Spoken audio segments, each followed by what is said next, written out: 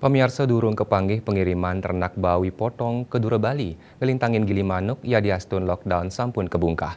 Puniki memargi santukan bawi sanedados kekirim Dura Bali kepatutang sampun mevaksin PMK. Prasarana nucap mejanten kedadosang piambeng.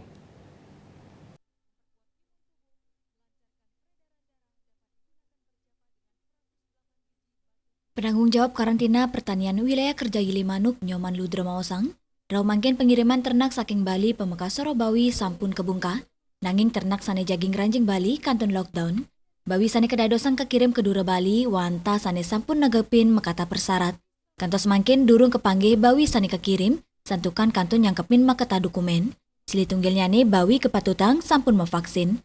Rau mangkin vaksin bawi kantun nyantosang putusan saking pusat. Tani mangkin Kabupaten Jemberana durung nerima vaksin Inucap, saha kantun ngulengang antung ngelimbakang vaksinasi ring sampi miwa kebo. Kepala Dinas Pertanian dan Pangan Jemberana Maosang, sedurung PMK ngelalahin, pengiriman ternak bawi potong ke Dura Bali kantun ageng.